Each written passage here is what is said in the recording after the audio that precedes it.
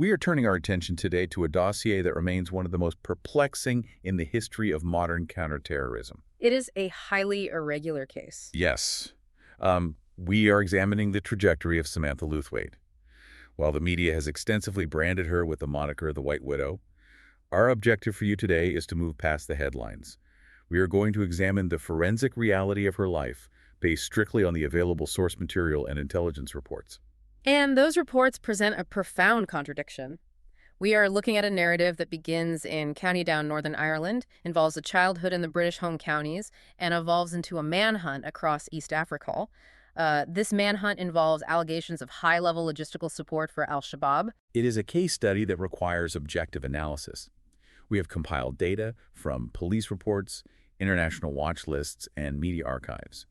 We must note that some of these sources contain politically charged content regarding radicalization and security policies. We are not endorsing any viewpoints found in these sources, but simply relaying the information to provide you with a comprehensive understanding of the events. But the gravity of this subject cannot be overstated. It is a trajectory that challenges the standard profiling methods used by Western intelligence agencies for nearly 2 decades.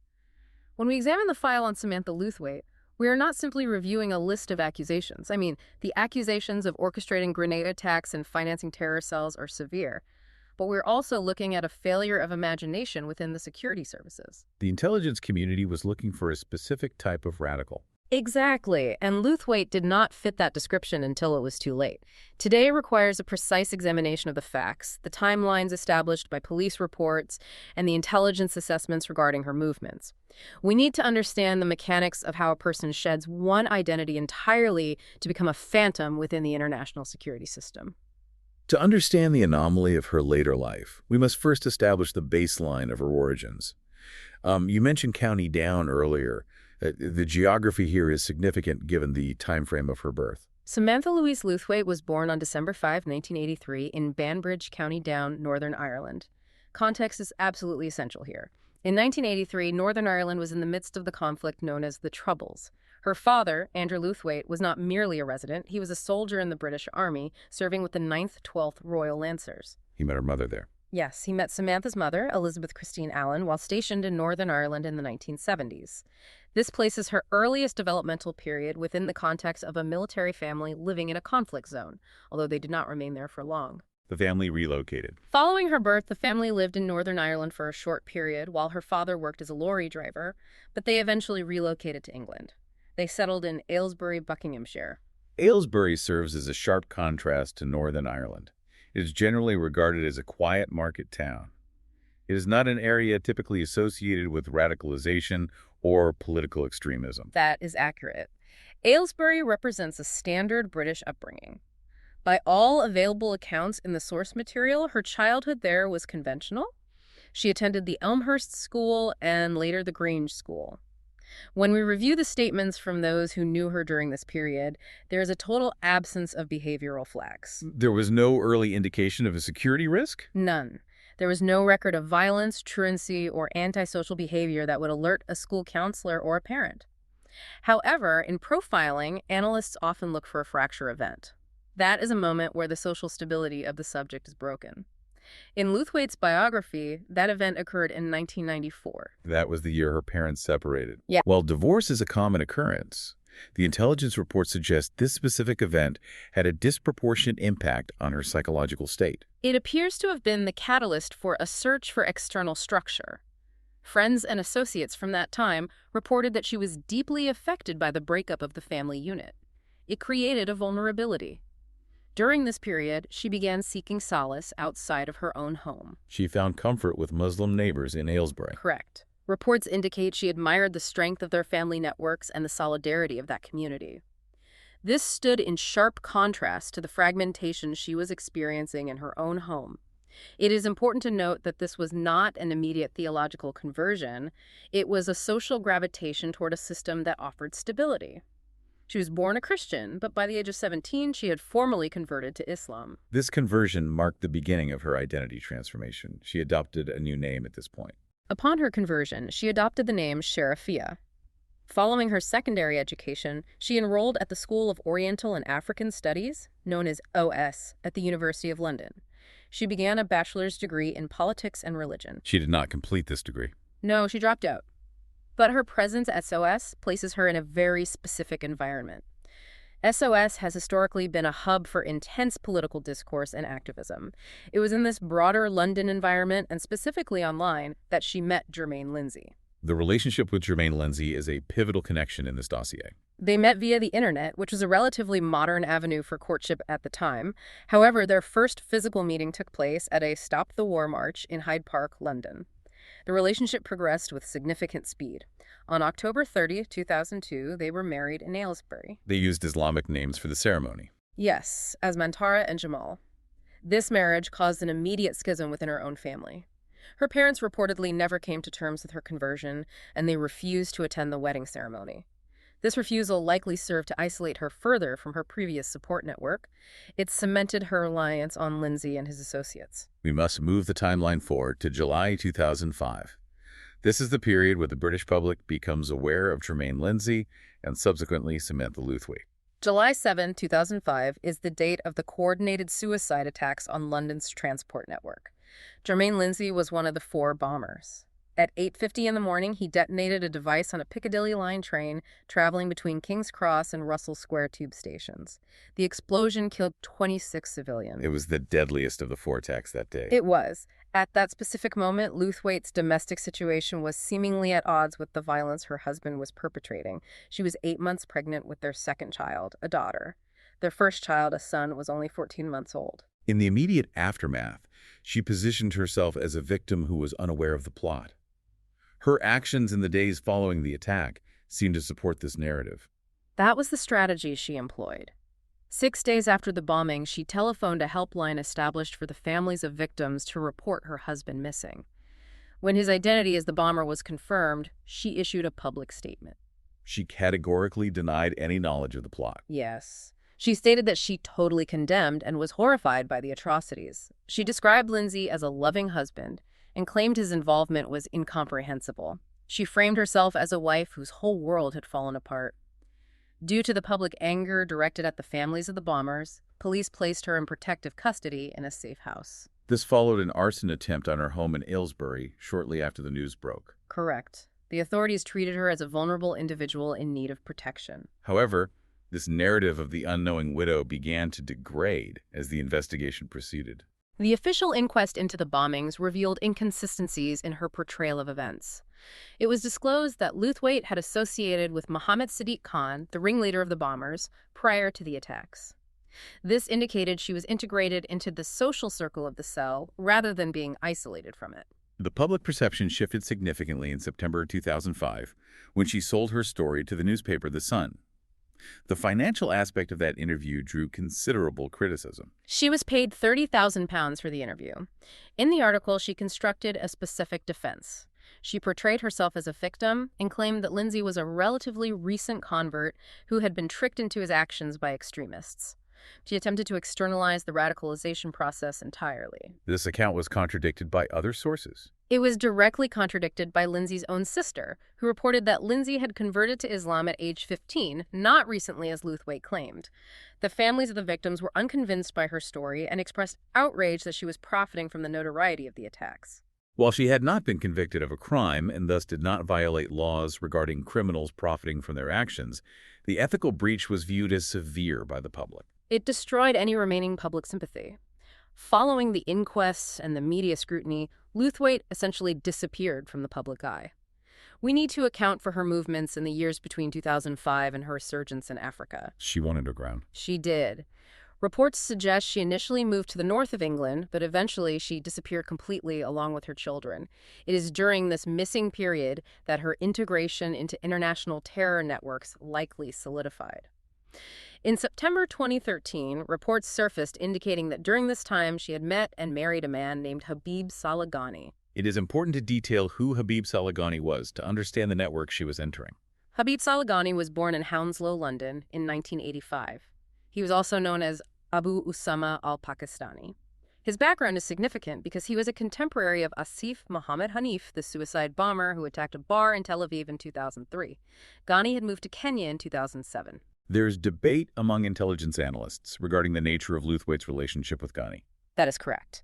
While often described in the media as a marriage, later intelligence from Kenyan anti-terrorist police suggested it may have been a pragmatic operational alliance rather than a romantic one.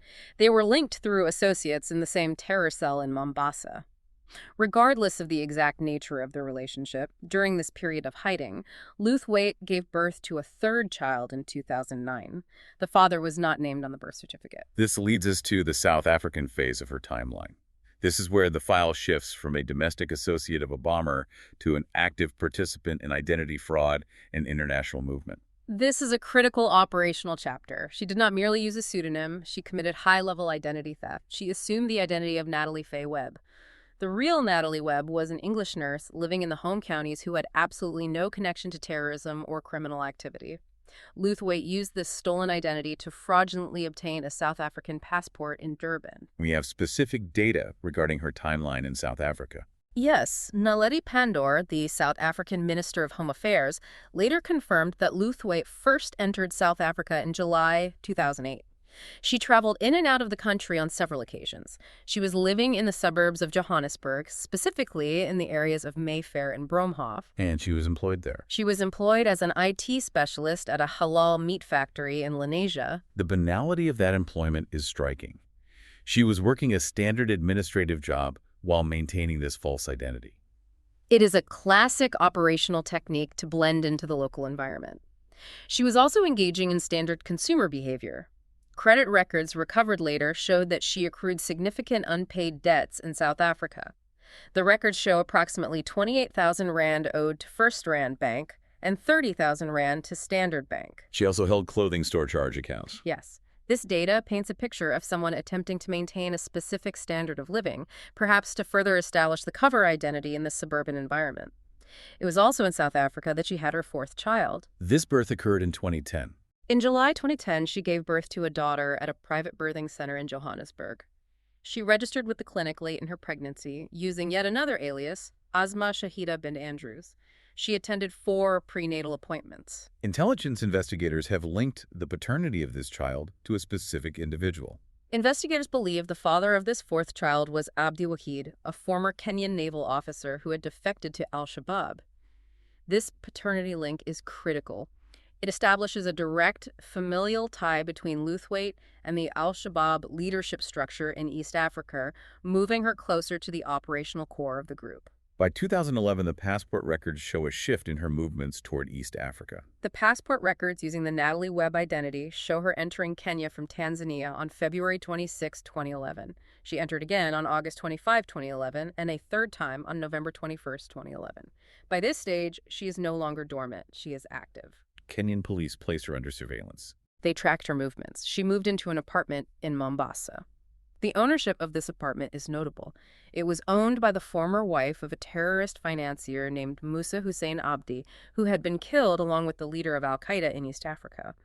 This housing arrangement indicates she was being actively sheltered by the group's logistical network. The arrest of Germaine Grant in December 2011 appears to be the event that exposed her presence in Kenya. The arrest of Germaine Grant unraveled the cell. In December 2011, Kenyan police raided a property in Mombasa and arrested Grant, a British Muslim convert from London. He was charged with possessing bomb-making materials and preparing to commit a felony. The police assessment of that cell's intentions was quite specific. The assessment was that this cell was in the final stages of planning attacks targeting hotels and tourists in Mombasa during the Christmas period. Lewthwaite was directly linked to this investigation. She was the target of a follow-up raid. In January 2012, police raided the apartment where the woman known as Natalie Webb was staying. They were too late to apprehend her. She had already fled. However, the raid secured significant evidence. Germaine Grant provided information during questioning. When questioned, Grant identified the woman as the leader of the cell. He confirmed to police that Natalie Webb was indeed Samantha Lewthwaite. He reportedly stated to officers that she was the financier and a figure of higher importance than himself. The items recovered from the apartment provide insight into her activities and mindset at that time. The recovery was substantial. Police found a laptop computer, magazines for an AK-47 assault rifle, 100 rounds of ammunition, detonators, and a photograph of Lewthwaite. Forensic analysis confirmed that fingerprints found at the scene matched Samantha Lewthwaite's records from Scotland Yard. Local residents also provided information. Neighbors provided a profile of her behavior, describing her as the white woman who was secretive, frequented the local mosque, and notably kept her children out of the local school system. The contents of the laptop were subjected to forensic analysis. The hard drive revealed a disturbing juxtaposition of domestic interests and militant ideology. An investigation into the data revealed search history related to hair and beauty tips, alongside files containing bomb-making instructions. Among roughly 2,000 files, investigators found a document titled the Mujahideen Explosives Handbook.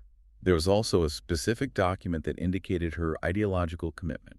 Perhaps the most revealing piece of evidence was a poem found on the drive. Titled Ode to Osama, it was allegedly written by Lewthwaite and paid tribute to Osama bin Laden, professing deep admiration for the founder of al-Qaeda. This evidence effectively dismantled the theory that she was a passive victim. It indicated she was a committed ideologue. Following the raid and her escape, the legal pursuit intensified on an international scale. In early 2012, Kenyan authorities issued an arrest warrant for her on charges of possessing bomb-making material. This warrant was publicized in May 2012. Interpol followed with a red notice in March 2012, requesting her location and provisional arrest pending extradition. Kenyan police were explicit in their assessment of her role. They stated, and I quote from their release, "We believe she is not a small fish. She is among several Britons that our intelligence service is aware of in relation to terrorist plans to attack us." They characterized her role as primarily logistical and financial, involving fundraising, acquiring weapons, hiding operatives, and facilitating transport. Despite the warrant, violent incidents continued in the region, and her name became associated with them.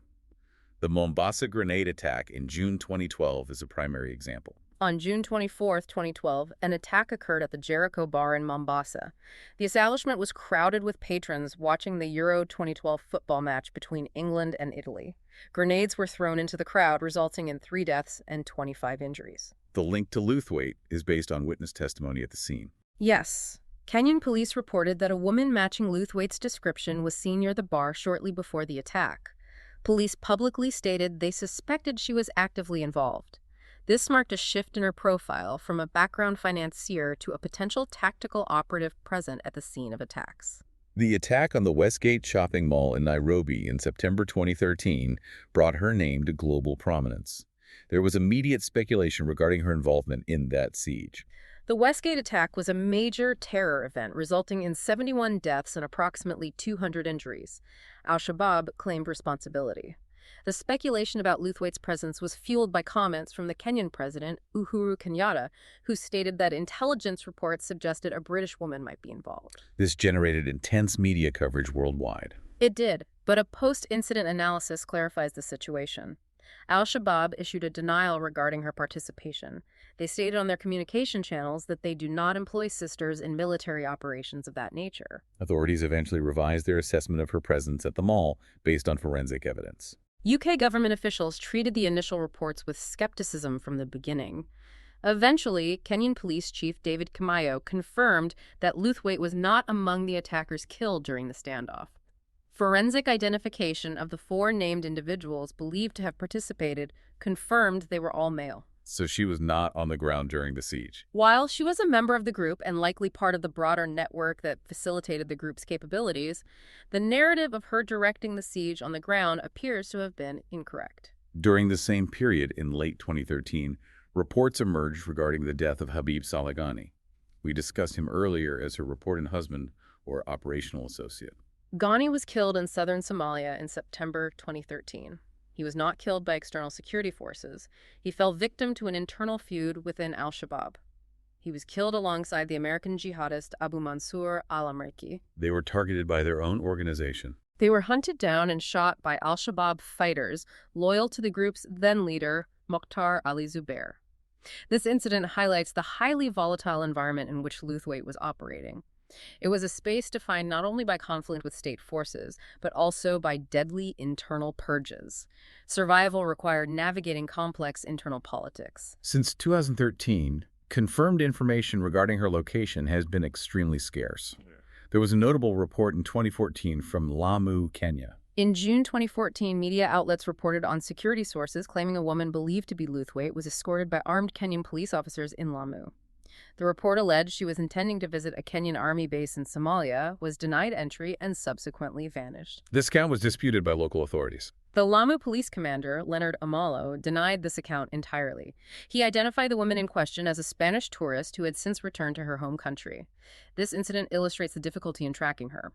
Sightings of white women in the region often trigger false alarms due to her notoriety and the high alert status of local forces. We must assess her current status based on the available information up to the present day. What do the intelligence assessments indicate? As of the most recent intelligence assessments leading into the mid-2020s, there have been no confirmed communications or verified sightings for several years. Her uncle in the United Kingdom has publicly expressed his belief that she is dead. However, security analysts maintain a much more cautious view. The consensus among intelligence experts differs from her family's belief. The consensus is that if she is alive, she is likely being sheltered in remote locations, possibly in the lawless areas of Somalia or potentially in Tanzania. Al-Shabaab has a history of protecting high-value assets. Despite her gender, her propaganda value, and her deep knowledge of the network's logistics make her a significant asset to the organization. She is not someone they would easily discard. Her narrative has also been absorbed into popular culture, serving as a template for fictional portrayals of terrorism. This speaks to the psychological impact of her case on the Western public. That is evident in various forms of media. For example, in the film Eye in the Sky, the character Susan Helen Danford is a clear proxy for Lewthwaite. She is depicted as a radicalized white convert and the wife of a terrorist coordinating attacks in East Africa. There are other examples in television. Similarly, the series 24, Live Another Day, features an antagonist named Margot Al-Hazari, who is dubbed the Yorkshire Widow. That character is partially based on Lewthwaite's backstory. She has become an archetype in Western storytelling regarding the concept of the enemy within. We have traced the timeline from her early years in Aylesbury, through the trauma of her parents' divorce and her conversion, to the events of July 7 and her subsequent flight to Africa. It is a highly complex dossier. It is a dossier that reveals the adaptation of the adversary. The lingering question concerns the true extent of her operational power. Was she the mastermind and financier that Germaine Grant described, or was she a symbolic figurehead used by al-Shabaab for propaganda purposes? The physical evidence points toward active involvement. The physical evidence, including the laptop, the specific nature of the charges in Kenya, and the sheer sophistication of her identity theft in South Africa strongly suggests she was an active participant in the logistics of terror.